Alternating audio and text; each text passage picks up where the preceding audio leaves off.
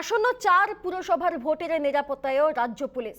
রাজ্য নির্বাচন কমিশনে প্রাথমিক রিপোর্ট জমা দিল রাজ্য পুলিশ। সূত্রের খবর, রিপোর্টে কেন্দ্রীয় বাহিনীর কোনো উল্লেখ নেই।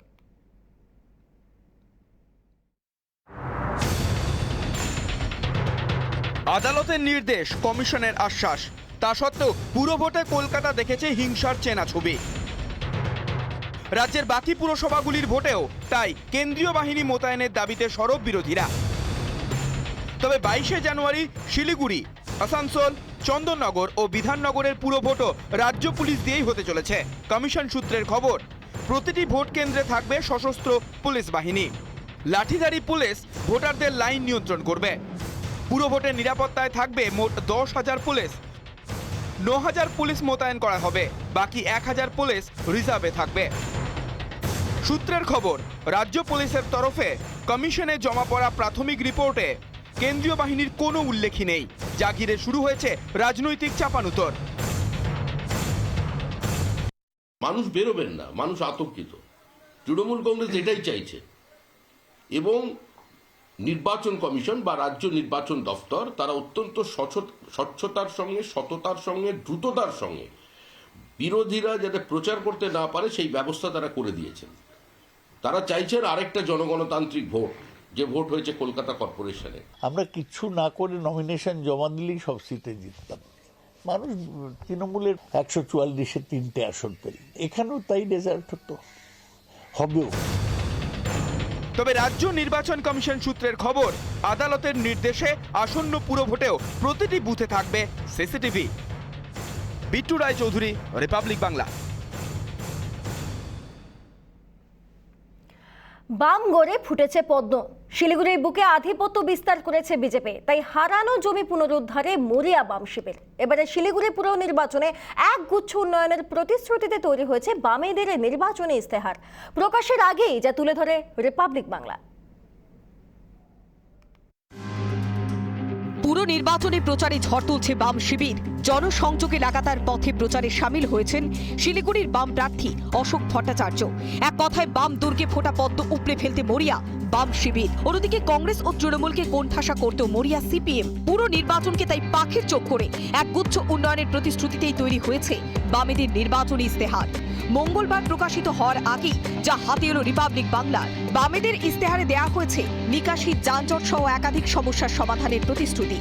5 বছরের মধ্যে দুস্থদের জন্য 10,000 বাড়ির প্রতিশ্রুতি, মহিলাদের স্বনির্ভর প্রকল্প, প্রতি ওয়ার্ডে সেফ হোম, পুরসভার আওতায় আনার সিদ্ধান্ত বিধান মার্কেটকে, ব্যবসায়ীদের লাইসেন্স ফি কমানো, অবাঙালি ভোট টানতে হিন্দি স্কুলের সংখ্যা বৃদ্ধি, আম জনতার স্বার্থে একাধিক উন্নতির প্রতিশ্রুতি। ইস্তেহারের প্রতিশ্রুতিতে মন কি ফিরবে জনতার? শিলিগুড়ির পুরো ভোটে আপাতত সেই প্রশ্নের উত্তর খুঁজছে বামেরা।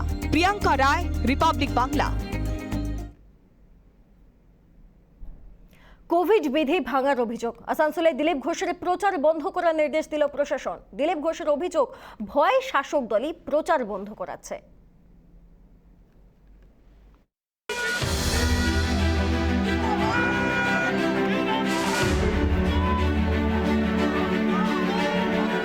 ফের বিজেপির প্রচারে বাধা দেওয়ার অভিযোগ তুললেন বিজেপির সর্বভারতীয় সহসভাপতি দিলীপ ঘোষ। সামনে আসানসোলের পুর নির্বাচন, চলছে প্রচার পর্ব। সোমবার 21 ও 27 নম্বর ওয়ার্ডে প্রচার সারলেন বিজেপি প্রার্থীরা। প্রার্থীদের সমর্থনে প্রচারে উপস্থিত ছিলেন দিলীপ ঘোষ। তবে প্রচারে জনসমাগম থাকায় কোভিড বিধি উল্লঙ্ঘন হচ্ছে বলে তা বন্ধ করতে বলে প্রশাসন। দিলীপ ঘোষের অভিযোগ, শাসক দলের অঙ্গুলি হেলনে প্রচার বন্ধের নির্দেশ।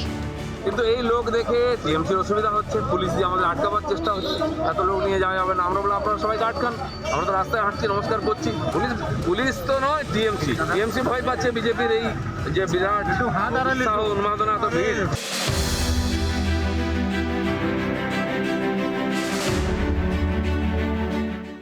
দিলীপ ঘোষের দাবি, নিয়ম মেনেই প্রচার করছিলেন তারা। পাশাপাশি কোভিড বিধি মানায় শাসক দলের অবস্থান নিয়েও প্রশ্ন তোলেন তিনি। আসানসোল থেকে ব্রজগোপাল ব্যানার্জির রিপোর্ট, রিপাবলিক বাংলা। গঙ্গাসাগর মেলা বন্ধ করার দাবিতে কলকাতা হাইকোর্টে আবেদন করল ডক্টরস ফোরাম। সেই সঙ্গে হাইকোর্টের নির্দেশে গঠিত কমিটিতে চিকিৎসক নেই কেন প্রশ্ন তুলে 4টি পৃথক আবেদন দায়ের হলো। হাইকোর্টে কমিটি পুনর্গঠনের আবেদন করল রাজ্য সরকারও।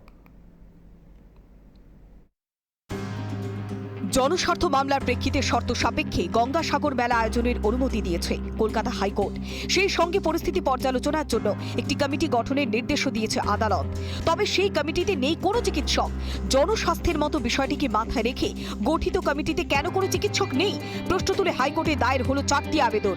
সব অ্যাপ্লিকেশনের মূলত একটাই বক্তব্য যে 3জন যে মেম্বার কমিটি গঠন হয়েছিল সেই 3জন মেম্বার কমিটির মধ্যে chairman of West Bengal human rights commission আপাতত পোস্টটা ভেকেন্ট আছে, তো সেখানে একজন অন্য আরেকজনকে নিযুক্ত করা হোক। সবারই বক্তব্য এটাই ছিল যে একজন কোনো ডাক্তার বা কোনো ভিরোলজিস্ট এরকম জাতীয় কোনো মানুষকে এই কমিটির সদস্য করা হোক। মামলা আবেদনকারী হয়ে অরিন্দ কুমার মিত্র দাঁড়িয়েছিলেন, সিনিয়র অ্যাডভোকেট। উনি বিভিন্ন ডাক্তারদের নাম সাজেস্ট করেন যারা ভাইরোলজিস্টও আছে, যাতে এই কোভিড পরিস্থিতিটা নিয়ন্ত্রণে থাকে এবং ভালোভাবে দেখা যায়। তো এর বেসিসে পুরো ব্যাপারটাই মহামান্য আদালত শুনেছেন। কমিটিতে রাজ্যের বিরোধী দলনেতাকে রাখা নিয়েও প্রশ্ন তোলা হয়েছে আবেদনে। কোনো রাজনৈতিক ব্যক্তিত্ব, সেটা রাজ্য সরকারের কোনো মন্ত্রী হতে পারে, বিরোধী দলনেতা হতে পারে, তাদেরকে আমরা এখানে চাইনি, এই কথাটা আমরা বলেছি কোর্টে। এদিকে গঙ্গাসাগর মেলা বন্ধ করার দাবিতে কলকাতা হাইকোর্টে আবেদন করেছে ডক্টরস ফোরাম। অন্যদিকে মেলা বন্ধের দাবিতে দায়ের হওয়া জনস্বার্থ মামলার শুনানি শেষে রায়দান স্থগিত রেখেছে আদালত। প্রিয়াঙ্কা রায়, রিপাবলিক বাংলা। কোভিডের বিরুদ্ধে লড়াইয়ের হাতিয়ার টিকাকরণ, প্রয়োজন স্বাস্থ্যবিধি মেনে চলা। কোভিড নিয়ে টিকাকরণে যখন জোর দিয়েছেন চিকিৎসকরা, তখন সেই টিকা নিয়েও তুঙ্গে উঠেছে তরজা। 60 वर्ष से ऊपर की आयु के कोमॉर्बिडिटी वाले नागरिकों को उनके डॉक्टर की सलाह पर वैक्सीन की प्रिकॉशन डोज का विकल्प उनके लिए उपलब्ध होगा। ये भी 10 जनवरी से प्रारंभ होगा। দেশ জুড়ে রকেট গতিতে বাড়ছে কোভিড সংক্রমণ। সংক্রমণের তৃতীয় ঢেউয়ে বেসামাল এ রাজ্য। দৈনিক সংক্রমণ 24,000-এর গণ্ডি ছাড়িয়েছে। পজিটিভিটির হার 33%-এর গণ্ডি পেরিয়েছে। পরিস্থিতি মোকাবিলায় আসরে নেমেছে কেন্দ্র। রবিবারই কেন্দ্রীয় স্বাস্থ্যমন্ত্রী সহ শীর্ষ আধিকারিকদের সঙ্গে করোনা পর্যালোচনা বৈঠক করেন প্রধানমন্ত্রী। সেই বৈঠকে প্রতিটি রাজ্যের স্বাস্থ্যমন্ত্রীদের সঙ্গে বৈঠকে বসার সিদ্ধান্ত নেওয়া হয়। পরিস্থিতি মোকাবিলায় জেলা স্তরে স্বাস্থ্য পরিকাঠামোয় জোর দিয়েছে কেন্দ্র। ইতিমধ্যেই রাজ্যে চালু হয়েছে বুস্টার ডোজ। টিকাকরণের লক্ষ্যমাত্রা পূরণের দিকে এগোচ্ছে দেশ তথা রাজ্য। কোভিড মোকাবিলায় টিকাকরণে যখন গুরুত্ব দিচ্ছে রাজ্য, তখন সেই টিকাকরণ নিয়েই প্রশ্ন তুললেন কলকাতার মেয়র তথা রাজ্যের মন্ত্রী Firhad Hakim. Production of vaccine সেটা কিন্তু অনেক দিন আগেকার, যে বিশেষ করে কোভিশিল্ডে দেখা যাচ্ছে যে অনেক দিন আগেকার। সুতরাং আজকের মিউটেটেড করোনায় সেইটা কতটা এফেক্টিভ সেটাও কিন্তু একটা প্রশ্ন থাকছে। অজানা শত্রুর বিরুদ্ধে লড়াই, 2 বছর ধরে লড়াইয়ের নেতৃত্বে সামনের সারিতে যোদ্ধারা। কোভিড মোকাবিলায় পূর্ণ লকডাউন, আংশিক লকডাউনের ছবি দেখেছে গোটা দেশ। লকডাউনে ঝিমিয়ে পড়া অর্থনীতির ছবিও সামনে এসেছে, কিন্তু তারপরেও আটকানো যায়নি সংক্রমণের গতি। এই পরিস্থিতিতে অদৃশ্য শক্তির মোকাবিলায় লকডাউন যে একমাত্র কৌশল নয়, তা স্পষ্ট করছেন চিকিৎসকরাও। প্রয়োজন টিকাকরণ, প্রয়োজন স্বাস্থ্য সচেতনতা, প্রয়োজন স্বাস্থ্যবিধি মেনে চলা। তবেই হয়তো কোভিডবিহীন সমাজের স্বপ্ন সত্যি হবে। রিপাবলিক বাংলা। শুভেন্দু অধিকারীর নিরাপত্তা বিঘ্নিত হওয়ার ঘটনায় রাজ্যের রিপোর্ট তলব করল কলকাতা হাইকোর্ট। 18 জানুয়ারির মধ্যে রিপোর্ট পেশ করতে রাজ্যকে নির্দেশ দিয়েছেন বিচারপতি রাজশেখর মান্থা। মামলার পরবর্তী শুনানি 19 জানুয়ারি।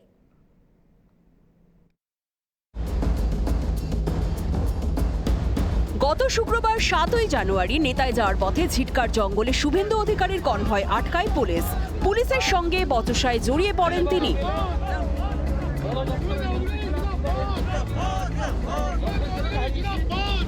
পুলিশের বিরুদ্ধে বাধা দেওয়ার অভিযোগে সরব হন রাজ্যের বিরোধী দলনেতা।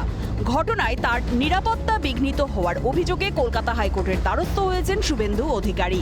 নেতাই কাঁথি ও বাঁকুড়া সফরে নিরাপত্তা বিঘ্নিত হওয়ার অভিযোগ রাজ্যের বিরোধী দলনেতার। জেড ক্যাটেগরির নিরাপত্তা বলয়ের মধ্যেও কেন সফরসূচি বাধাপ্রাপ্ত হলো? আদালতে সেই প্রশ্ন তুলেছেন শুভেন্দু অধিকারীর আইনজীবী। রাজ্যের বিরোধী দলনেতার করা মামলায় রাজ্যের কাছে বিস্তারিত রিপোর্ট তলব করলেন কলকাতা হাইকোর্টের বিচারপতি রাজশেখর মান্থা। 18 জানুয়ারির মধ্যে রিপোর্ট জমা দিতে রাজ্যকে নির্দেশ দিয়েছে আদালত। 19 জানুয়ারি মামলার পরবর্তী শুনানি হবে। প্রিয়াঙ্কা রায়ের রিপোর্ট, রিপাবলিক বাংলা। চোখ রাখবো পরবর্তী খবরে। ঝালমুড়িতে মাদক মিশিয়ে প্রেমিকাকে বেহুশ করে শ্মশানে ফেলে রেখে পালিয়ে যায় প্রেমিক। খোয়া যায় মহিলার দুটি চোখ। তদন্ত শুরু করেছে পুলিশ। প্রেমের মাসুল গুনতে হলো তানজিলা শেখকে। গত মঙ্গলবার তারই প্রেমিক তাকে মুড়ির সঙ্গে মাদক মিশিয়ে তার চোখ নষ্ট করে শ্মশানে ফেলে রেখে পালায়। এখন ডায়মন্ড হারবার হাসপাতালে ভর্তি রয়েছে তানজিলা। 2 বছর আগে ভাঙড়ের এক যুবকের সঙ্গে সম্পর্ক তৈরি হয় তানজিলার। কিছুদিন পর সেই যুবক বিবাহিত জানতে পেরে সম্পর্ক ছিন্ন করে তানজিলা। সম্প্রতি ফের যুবক যোগাযোগ করলে বাধে বিপত্তি। ওর বাড়িগঞ্জে নিয়ে এসে ওখান থেকে ও সোনারপুরে নিয়ে আসে। সোনারপুর স্টেশনে এনে ওকে আবার মুড়ি খেতে দেয়।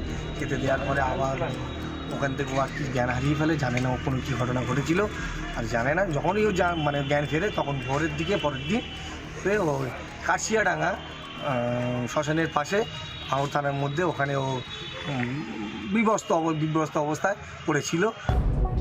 ঘটনা তদন্ত শুরু করে অভিযুক্তকে গ্রেপ্তার করলো পুলিশ। অভিযুক্ত যুবকের কড়া শাস্তির দাবি জানিয়েছে তানজিলার পরিবার।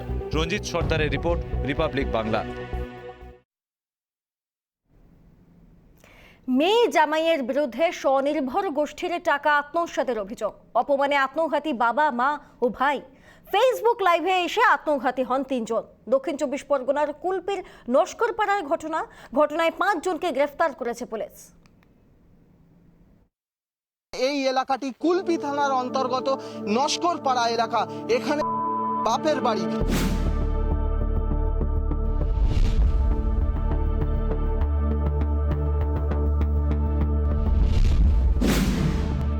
মেয়ে জামাইয়ের অপমান সহ্য করতে পারেননি, তাই গ্রামবাসীদের বিরুদ্ধে অভিযোগ তুলে আত্মঘাতী কুলপির নস্কর পরিবারের 3 জন। আমি ওদের কাছে হাত জোড়া করে বলেছিলাম আমাকে কিছু টাইম দাও।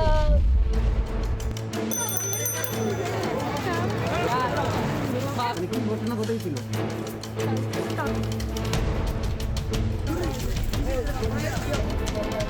ওই পরিবারের মেয়ের অভিযোগ, স্বনির্ভর গোষ্ঠীর টাকা আত্মসাতের অভিযোগ তোলেন সুলতানপুরবাসী।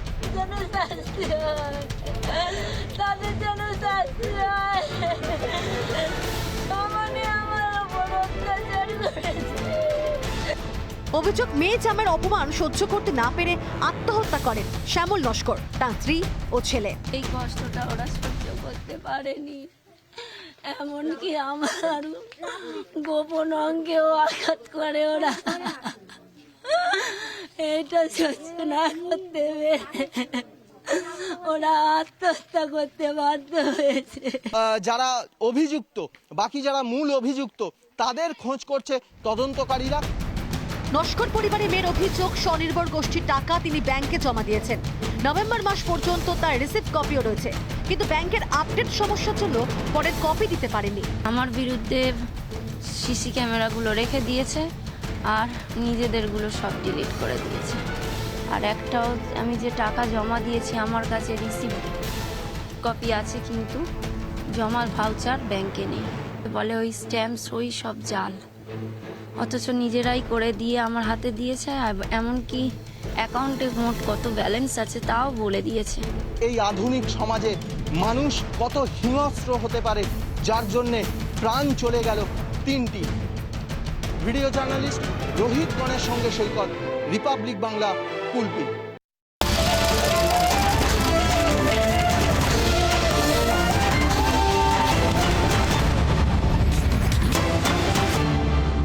শিলিগুড়ির 43 নম্বর ওয়ার্ডে উদ্ধার কঙ্কাল। শিলিগুড়ির 43 নম্বর ওয়ার্ডের প্রকাশনগর কলোনি থেকে উদ্ধার একটি কঙ্কাল উদ্ধারকে ঘিরে চাঞ্চল্য।